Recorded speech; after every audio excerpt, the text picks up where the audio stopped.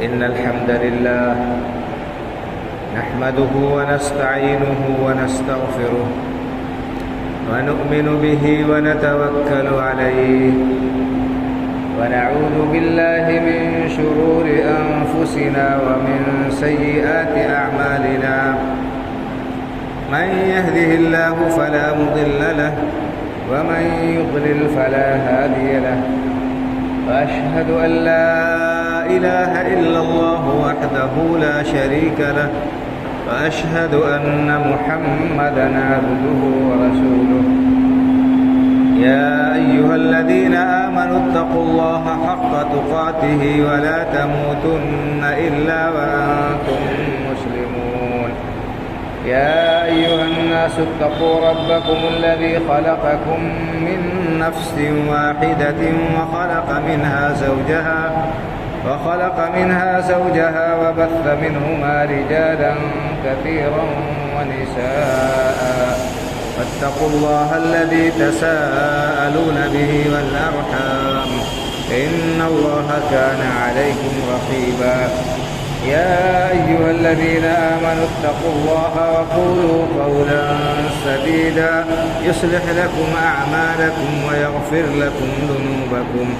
ومن يطع الله ورسوله فقد فاز فوزا عظيما أما بعد فإن خير الحديث كتاب الله وخير الهدي هدي محمد صلى الله عليه وسلم وشر الأمور محدثاتها وكل محدثة بدعة وكل بدعة ضلالة وكل ضلالة في النار. أعوذ بالله من الشيطان الرجيم. بسم الله الرحمن الرحيم. قاف والقرآن المجيد بل عجبوا أن جاءهم منذر منهم فقال الكافرون هذا شيء عجيب أإذا متنا وكنا ترابا ذلك رجع بعيد قد علمنا ما تنقص الأرض منهم وعندنا كتاب حفيظ بل كذبوا بالحق لما جاءهم فهم في أمر مريج أفلم ينظروا إلى السماء فوقهم كيف بنيناها وزيناها وما لها من فروج والأرض مددناها وألقينا فيها رواسي وأنبتنا فيها من كل زوج بهيج تبصرة وذكرى لكل عبد منيب ونزلنا من السماء ماء مباركا فأنبتنا به جنات وحب الحصيد والنخل باسقات لها طلع نضيد رزقا للعباد وأحيينا به بلدة ميتا كذلك الخروج كذبت قبلهم قوم نوح وأصحاب الرس وثمود وعاد وفرعون وإخوان لوط وأصحاب الأيكة وقوم تبع كل كذب الرسل فحق وعيد أفعينا بالخلق الأول بل هم في لبس من خلق جديد. وقال عز من قائل من كفر فعليه كفره ومن عمل صالحا فلأنفسهم يمهدون. رب اشرح لي صدري ويسر لي أمري واحلل عقدة من لساني يفقه قولي سبحانك لا علم لنا إلا ما علمتنا إنك أنت العليم الحكيم. ہر قسم کے حمد و ثنا کا مستحق اللہ وحدہ لا شریک ہے جو ہم سب کا خالق و مالک ہے، پروردگار اور پالنہار ہے، اور وہی اکیلا عبادت کے لائق ہے، اس کے سوا کوئی بھی ہستی عبادت کے لائق نہیں۔ ہم اس پاک پروردگار کی حمد و ثنا بیان کرتے ہیں اور اسی کی عبادت کرتے ہیں۔ بے شمار صلاۃ و سلام نازل ہو سید الاولین والآخرین امام الانبیاء والمرسلین شفیع المذنبین جناب محمد رسول اللہ صلی اللہ علیہ وسلم پر، آپ کے آل اولاد و متبعین پر۔ معزز حاضرین جمعہ، دینی و ملی بھائیوں اور بزرگوں،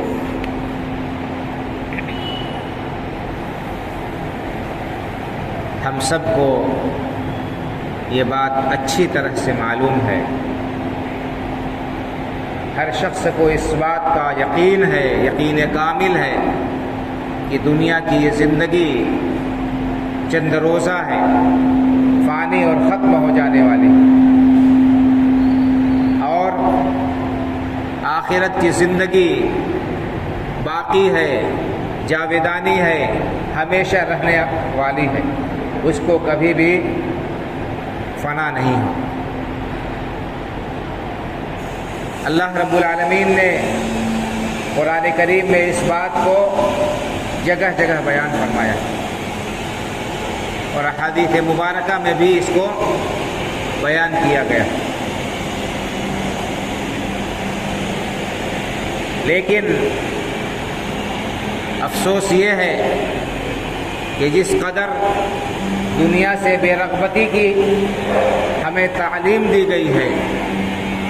اور آخرت سے دل لگانے اور آخرت کے لیے تیاری کرنے کی تاکید کی گئی ہے، اس کا حکم دیا گیا ہے،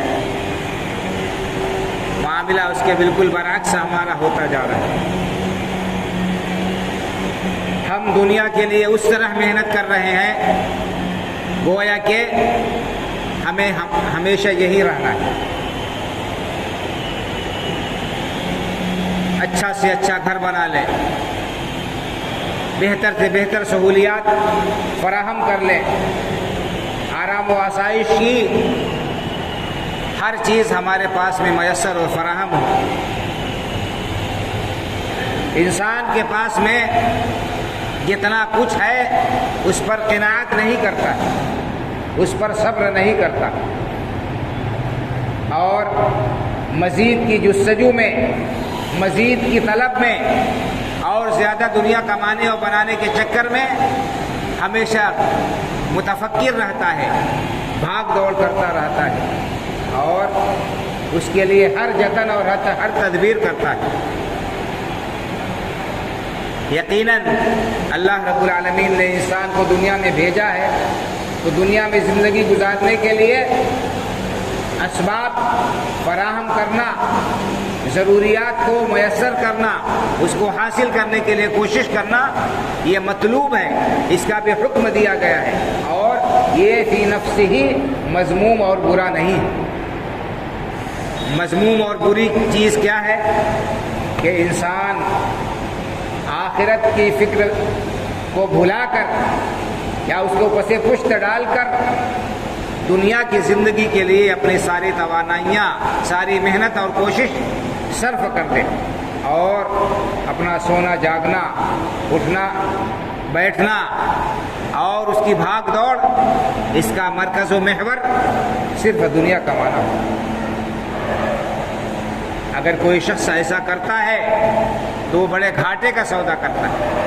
بڑے ٹوٹے کا اور خسارے کا وہ سودا کرتا ہے۔ اس کے برعکس جو شخص دنیا کے ساتھ ساتھ آخرت کی بھی فکر کرتا ہے، آخرت کے لیے بھی کوشش کرتا ہے، اس کے لیے بھی تگ و دو اور بھاگ دوڑ کرتا ہے، ایسا شخص قابل تعریف ہے، اور حقیقی معنوں میں عقل مند وہی ہے جو دنیا سے زیادہ آخرت کو بنانے کی اور اس کو سنوارنے کی کوشش اور فکر کرے۔ یہ دنیا تو دار الامتحان ہے، اس دنیا میں اللہ رب العالمین نے ہمیں بھیجا ہے آزمانے کے لیے، اور آخرت کے مقابلے میں دنیا کی حیثیت کیا ہے؟ اللہ کے رسول صلی اللہ علیہ وسلم نے ایک حدیث میں اس کو بیان فرمایا، مسلم شریف کی حدیث ہے، آپ نے فرمایا کہ مت دنیا فی الآخرہ الا مثل ما یجعل احدکم اصبعہ فی الیم فلینظر بما یرجع، او کما قال صلی اللہ علیہ وسلم۔ آپ نے فرمایا کہ دنیا کی مثال آخرت کے مقابلے میں ویسے ہی ہے جیسے سمندر کے مقابلے میں ایک قطرہ پانی کی. جس طرح سمندر کے مقابلے میں ایک قطرہ پانی کی حیثیت ہے جو، وہی حیثیت دنیاوی زندگی کی آخرت کے مقابلے میں. آپ نے فرمایا کہ دنیا کی مثال ویسے ہے جیسے تم میں سے کوئی شخص اپنی انگلی سمندر میں ڈال کر اس کو نکال لیتا ہے، تو اسے دیکھنا چاہیے، وہ دیکھے کہ اس کی انگلی پر کتنا پانی لگا. ایک قطرہ پانی، 2 قطرہ پانی اگر اس کی انگلی میں سمندر سے نکل کر آ جائے تو اس ایک قطرے پانی کی سمندر کے مقابلے میں کیا حیثیت ہے؟ کوئی حیثیت، کوئی وقعت نہیں ہے. آپ نے فرمایا کہ یہی مثال دنیاوی زندگی کی ہے. انسان 50 سال، 60 سال، 70 سال، 80 سال، 100 سال کی عمر کو بہت لمبی سمجھتا ہے اور اس زندگی میں آرام و آسائش کے لیے پوری تگ و دو اور بھاگ دوڑ اور کوشش کرتا ہے. لیکن اس 70 اور 80 سال کی جو عمر اس کی ہے، اس میں آخرت کے لیے کتنی محنت کرتا ہے، کتنی کوشش کرتا ہے، یہ سوچنے کی بات ہے بھائی اور بزرگ. ہر انسان زندگی بھر محنت اور کوشش کر کے اپنی ساری خواہشات کی تکمیل کر لے، اس کے جو عزائم اور منصوبے ہیں اس دنیا میں ان سب کو پورا کر لے، حاصل کر لے. بہتر سے بہتر گھر اس کے پاس میں ہو جائے اور اونچا سے اونچا عہدہ اسے حاصل ہو جائے، معاشرے میں بہت بلند مقام اسے حاصل ہو جائے، شہرت کی بلندیوں پر وہ فائز ہو جائے. لیکن ایک دن کیا ہوگا؟ سب کچھ چھوڑ کر اس دنیا سے چلے جانا. ساری چیزیں یہیں دھری کی دھری رہ جائیں گی. انسان اس دنیا سے خالی ہاتھ جائے گا، نہ اس کا مال جائے گا اس کے ساتھ، نہ اس کی عزت جائے گی اس کے ساتھ، نہ اس کی شہرت اور دولت اس کے ساتھ جائے گی. جو کچھ جائے گا اس کا عمل ہوگا جیسا بھی اس نے کیا ہوگا. اسی بات کو اللہ کے رسول صلی اللہ علیہ وسلم نے ایک حدیث میں بیان فرمایا ہے، متفق علیہ، بخاری اور مسلم دونوں کے اندر. حضرت انس بن مالک رضی اللہ تعالیٰ عنہ راوی کہتے ہیں کہ اللہ کے رسول صلی اللہ علیہ وسلم نے ارشاد فرمایا، یتبع المیت ثلاثۃ اہلہ ومالہ وعملہ فیرجع اثنان ویبقى معہ واحد یرجع اہلہ ومالہ ویبقى عملہ او کما قال صلی اللہ علیہ وسلم. آپ نے فرمایا کہ انسان اس دنیا میں اپنے مال، اپنے بال بچوں کے بیچ میں رہتا ہے، بال بچوں کے لیے محنت کرتا ہے، کوشش کرتا ہے، بھاگ دوڑ کرتا ہے اور دنیا بناتا ہے. آپ نے فرمایا کہ جب انسان اس دنیا سے رخصت ہوتا ہے تو 3 چیزیں اس کے ساتھ ہوتی ہیں. 3 چیزیں انسان کے ساتھ ہوتی ہیں جب دنیا سے رخصت ہوتا ہے، اہلہ ومالہ وعملہ. اس کے گھر والے، اس کے رشتے ناطے والے اور اس کا مال اور اس کا عمل. ان میں سے 2 چیزیں واپس آ جاتی ہیں قبر سے، اس کے گھر والے اور اس کا مال. یہ 2 اس کے ساتھ قبر میں نہیں جاتے. وہ باپ جو اپنی اولاد کے لیے اپنی جان تک قربان کرنے کو تیار رہتا تھا دنیا میں، اس نے دن کو دن سمجھا، نہ رات کو رات سمجھا، اپنے اولاد کے مستقبل روشن کرنے کے لیے اس نے کھانا پینا چھوڑ دیا، بھوک اور پیاس کی شدت برداشت کی، لو کے تھپیڑے اس نے سہے، سردی کی اس نے جاڑے کی سردی برداشت کی. اگر اس کی اسی اولاد کا، اس کے بیٹے بیٹی کا انتقال ہو جاتا ہے جس کے لیے وہ کسی چیز کی پرواہ نہیں کرتا تھا، کسی مصیبت کو وہ مصیبت اور غم نہیں سمجھتا تھا، یہ باپ اپنے بیٹے کو نہلائے گا، دھلائے گا، کفنائے گا اور قبر میں لے جا کر اسے دفن کر کے واپس چلائے گا. ایک بیٹا جو اپنے باپ سے بے انتہا محبت کرتا ہے، اپنے باپ کی ہمہ وقت خدمت کے لیے تیار رہتا ہے، اس کو ہر قسم کی سہولت فراہم کرنے کے لیے وہ آمادہ و تیار رہتا ہے. جب اس باپ کا انتقال ہوتا ہے تو اولاد کیا کرتی ہے؟ جلد سے جلد اس کے کفن دفن کا انتظام کرتے ہیں اور جنازہ پڑھ کر اسے دفن کر دیتے ہیں. یا جو دوسرے مذہب کے ہیں وہ اپنے رسم و رواج ادا کر دیتے ہیں، پھر اس کے بعد کنارہ کش ہو جاتے ہیں۔ انسان کا جو مال ہے اس کے قبر تک کام آتا ہے، اس کی کمائی سے اس کے کفن دفن کا انتظام کیا جاتا ہے، اس کے لیے کفن خریدا جاتا ہے، غسل کر دینے والے اگر میسر نہیں ہے فری میں تو پیسے دے کر اس کو غسل کرایا جاتا ہے، اور اس کے دوسرے جو اخراجات ہیں وہ ادا کیے جاتے ہیں۔ اور کچھ لوگوں نے کہا ہے کہ اسی طرح سے انسان کا مال وہ بھی ہے جو کاروبار میں لگاتا ہے، اس کے نوکر چاکر اگر ہیں، اس کے غلام ہیں تو وہ بھی قبر تک ہی اس کے ساتھ لے جاتے ہیں۔ پرانے زمانے میں غلام اور لونڈیا ہوتے تھے، وہ انسان کا مال ہوتے تھے، انسان ان کو بیچ سکتا تھا، ان کے ذریعے سے اس کی کمائی ہوتی تھی، تو یہ غلام اور لونڈیا انسان کا مال۔ اسی طرح سے وہ مال تجارت، کاروبار جس کی وجہ سے لوگوں سے اس کے تعلقات ہوتے تھے، تو اس مال کی وجہ سے، اس لین دین کی وجہ سے، اس کاروبار کی وجہ سے جس سے تعلق ہوتا ہے، جس سے لین دین ہوتا ہے، کاروبار ہوتا ہے، اس کے جنازے میں شرکت کے لیے جاتے ہیں کہ ہاں یہ ہمارے ملاقاتی تھے، ہمارے شناسائی تھے، ہمارا ان سے کاروبار تھا، تو اس مال کی وجہ سے کچھ لوگ اس کے جنازے میں شرکت کرتے ہیں۔ لیکن یہ سب کے سب کیا کرتے ہیں؟ رخصت ہو جاتے ہیں اس کو دفنانے کے بعد۔ ایک چیز صرف باقی رہتی ہے، تو دو چیزیں جن کے لیے انسان انتہائی محنت اور کوشش کرتا ہے، جن کو حاصل کرنے کے لیے انسان تکلیفیں جھیلتا ہے، مصیبتیں برداشت کرتا ہے، صدمات سہتا ہے، وہ دونوں چیزیں اس تنہائی میں، اس تنگ و تاریک گڑھے میں اس کے کام نہیں آئیں گے، اس سے پہلے وہ رخصت ہو جائیں گے۔ اور جو چیز اس کے کام آنے والی ہے، جو اس کے ساتھ رہنے والی ہے، قبر میں کی تنہائی میں بھی، پلسرات پر بھی، میدان محشر میں بھی، ہر جگہ اس کے ساتھ رہنے والی ہے جو چیز، وہ عمل ہوتا ہے۔ یہی عمل انسان اس کے سلسلے میں بڑا کوتاہ ہوتا ہے۔ جو چیز اس کو فائدہ پہنچانے والی ہے، جو چیز اس کو کام آنے والی ہے، اس کی تنہائی میں اس کی انیس اور اس کی غمگسار ہوگی، اس چیز کی طرف انسان کا دھیان بہت کم جاتا ہے، بہت کم اس کی طرف توجہ دیتا ہے۔ تو اللہ کے رسول صلی اللہ علیہ وسلم نے یہ مثال بیان کی ہے، حقیقت واقعہ کو بیان کیا ہے، اور اس میں ہمارے لیے غور و فکر کا یہ پہلو چھوڑا ہے کہ انسان کو کیا کرنا چاہیے۔ آپ نے فرمایا کہ انسان جب انتقال ہو جاتا ہے، مرنے والے کے ساتھ، میت کے ساتھ تین چیزیں جاتی ہیں، دو چیزیں واپس آ جاتی ہیں، ایک چیز اس کے ساتھ رہتی ہے، یعنی اس کے گھر والے، اس کے اہل خانہ، اس کا مال واپس آ جاتے ہیں، زیادہ سے زیادہ قبر تک اس کا ساتھ دے سکتے ہیں، اور تیسری چیز جو باقی رہتی ہے اس کے ساتھ جاتی ہے، وہ اس کا عمل ہے، یعنی انسان کو اپنے عمل کی طرف توجہ دینا چاہیے۔ عمل کرنے کے لیے پوری انسان کو کے اندر جو ہے اس کے اندر جذبہ ہونا چاہیے، اس کے اندر شوق ہونا چاہیے، اور اس سلسلے میں کوتاہی ہرگز نہیں ہونی چاہیے۔ اللہ رب العالمین نے قرآن کریم میں اس بات کو بیان فرمایا، من کفر فعلیہ کفرہ ومن عمل صالحا فلانفسہم یمہدون۔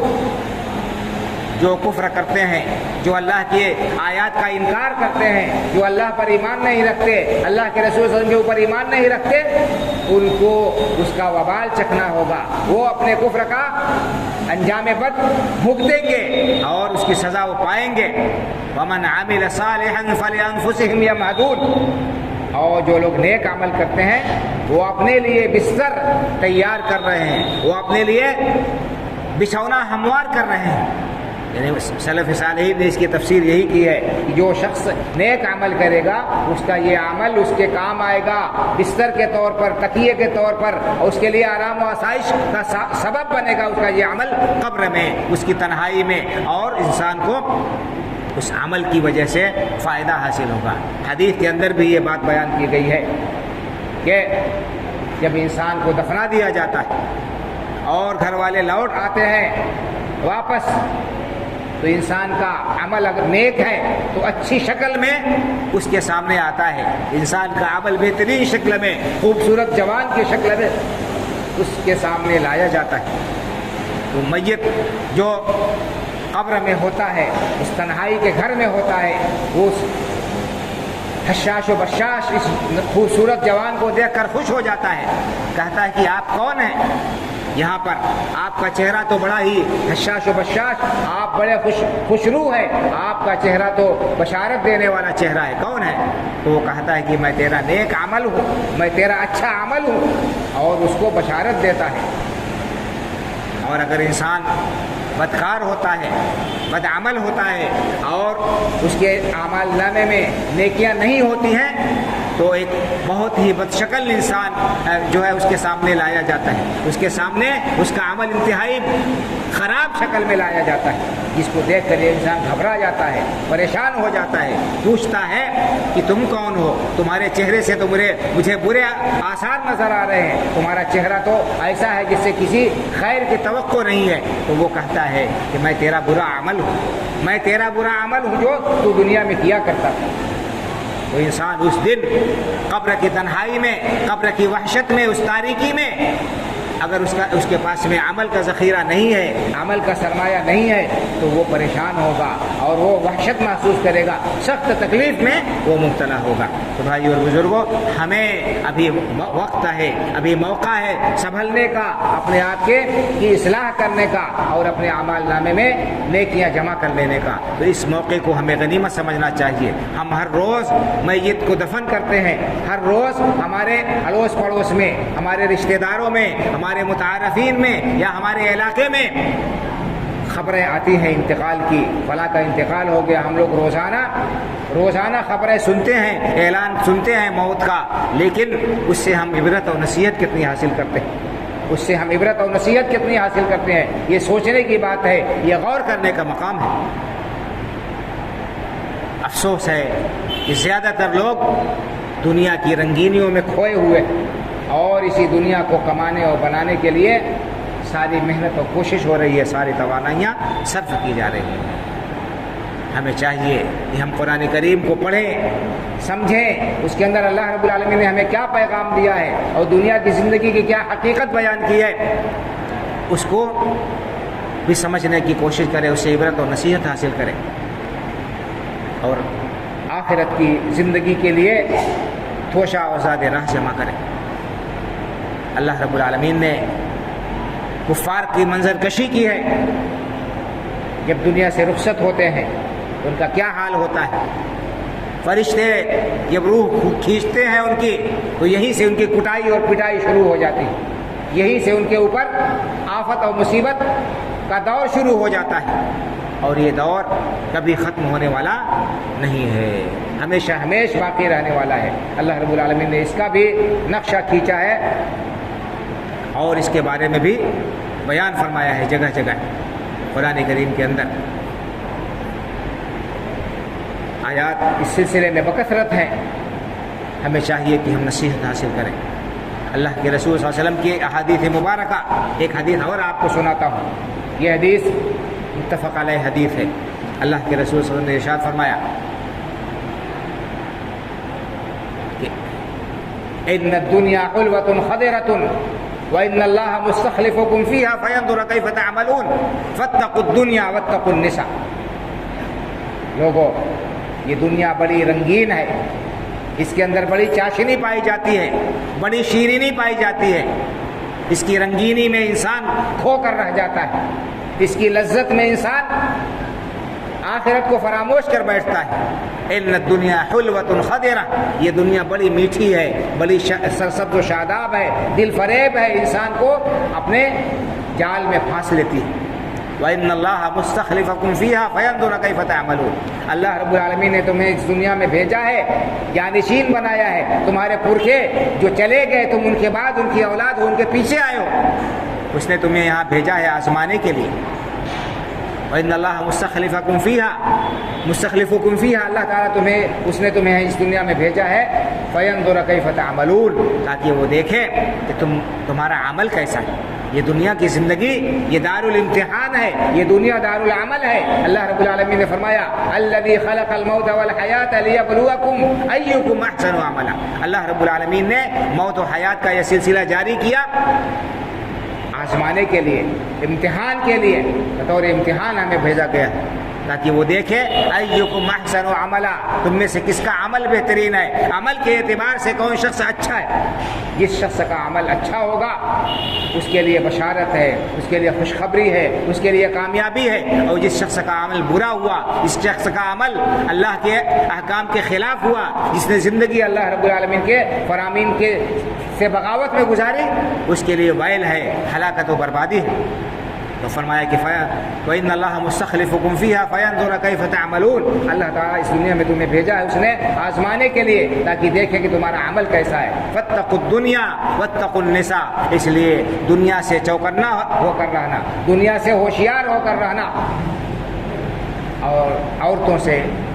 فتنے سے بچ کر رہنا۔ اللہ کے رسول صلی اللہ علیہ وسلم نے 2 بڑے فتنے بیان کیے اور اس سے ہمیں متنبہ کیا کہ دنیا سے بچ کر ہوشیار رہنا، دنیا تمہیں اپنے جال میں پھانس لے گی اور تم ہلاک و برباد ہو کر رہ جاؤ گے۔ اور یہی معاملہ فرمایا واتقوا النساء، عورتیں بھی بہت بڑی آزمائش ہے، بڑا امتحان ہے، اور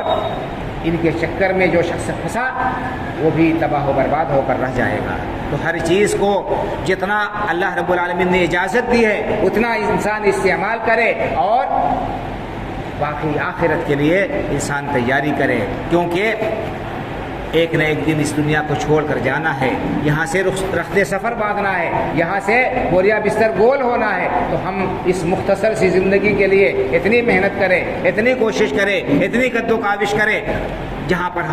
ہمیں جہاں سے کوچ کرنا لازمی اور یقینی ہے، اس میں کسی قسم کا کوئی شک شبہ نہیں ہے، اور جہاں جا کر ہمیشہ رہنا ہے، جہاں جا کر ہمیشہ رہنا ہے، جس کے بعد واپسی نہیں ہے، اور جیسا انسان بوئے رہے گا وہی کاٹے گا، وہی اس کو ملے گا، وہاں ہمیشگی کی زندگی کے لیے ہم کچھ زیادہ راہ نہ جو ہے تیار کیے رہیں، اس کے لیے کچھ نہ بھیجے رہیں، یہ بڑے خسارے کی بات ہے۔ اللہ کے رسول صلی اللہ علیہ وسلم نے ایک بات اور بھی بیان فرمایا آپ نے، یقول ابن آدم مالی مالی،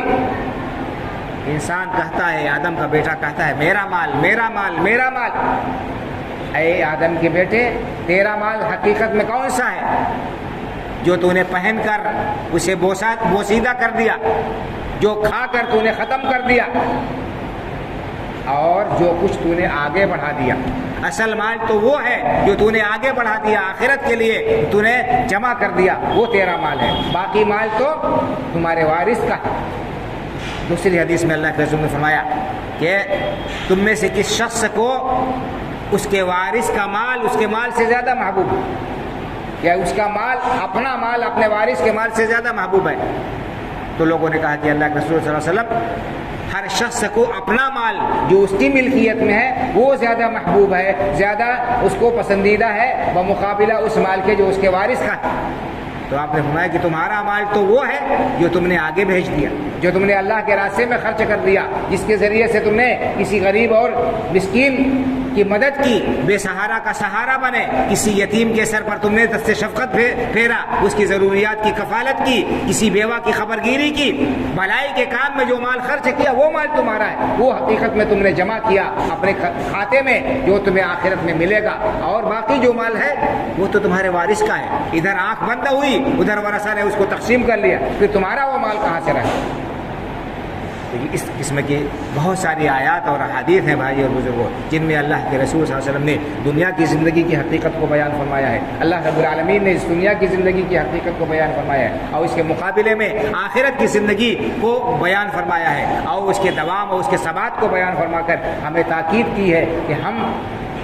دنیا کے ساتھ ساتھ آخرت کے لیے فکر کریں اور اس کے لیے جتن کریں، عمل کریں۔ ہم میں سے ہر شخص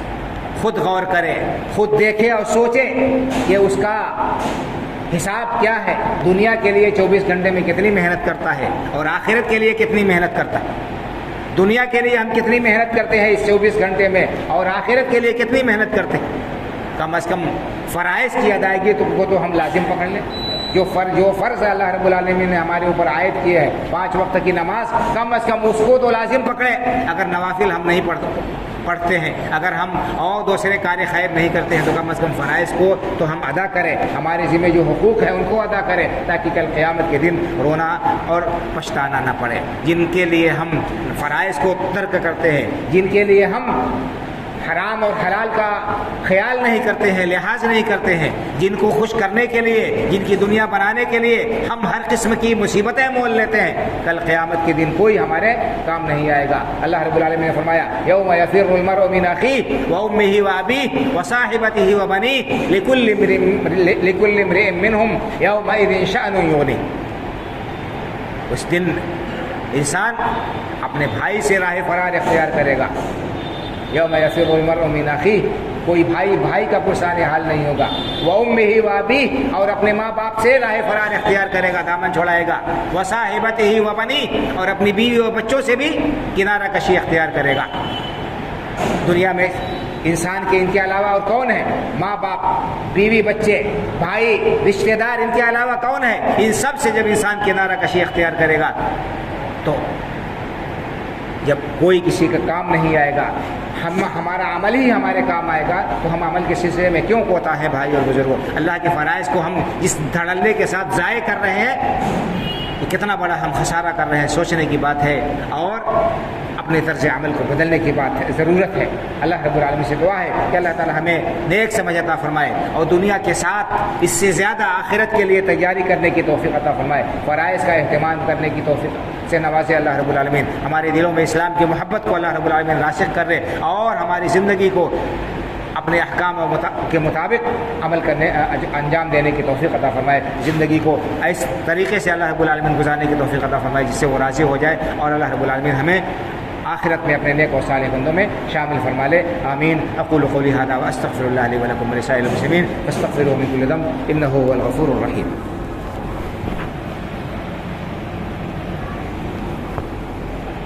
إن الحمد لله نحمده ونستعينه ونستغفره ونؤمن به ونتوكل عليه ونعوذ بالله من شرور أنفسنا ومن سيئات أعمالنا من يهده الله فلا مضل له ومن يضلل فلا هادي له وأشهد أن لا إله إلا الله وحده لا شريك له وأشهد أن محمدا عبده ورسوله إن الله وملائكته يصلون على النبي يا أيها الذين آمنوا صلوا عليه وسلموا تسليما اللهم صل على محمد وعلى آل محمد كما صليت على إبراهيم وعلى آل إبراهيم إنك حميد مجيد اللهم بارك على محمد وعلى آل محمد كما باركت على إبراهيم وعلى آل إبراهيم إنك حميد مجيد اللهم انصر من نصر دين محمد صلى الله عليه وسلم واجعلنا منهم واخذل من خذل دين محمد صلى الله عليه وسلم ولا تجعلنا منهم عباد الله رحمكم الله إن الله يأمر بالعدل والإحسان وإيتاء ذي القربى وينهى عن الفحشاء والمنكر والبغي يعظكم لعلكم تذكرون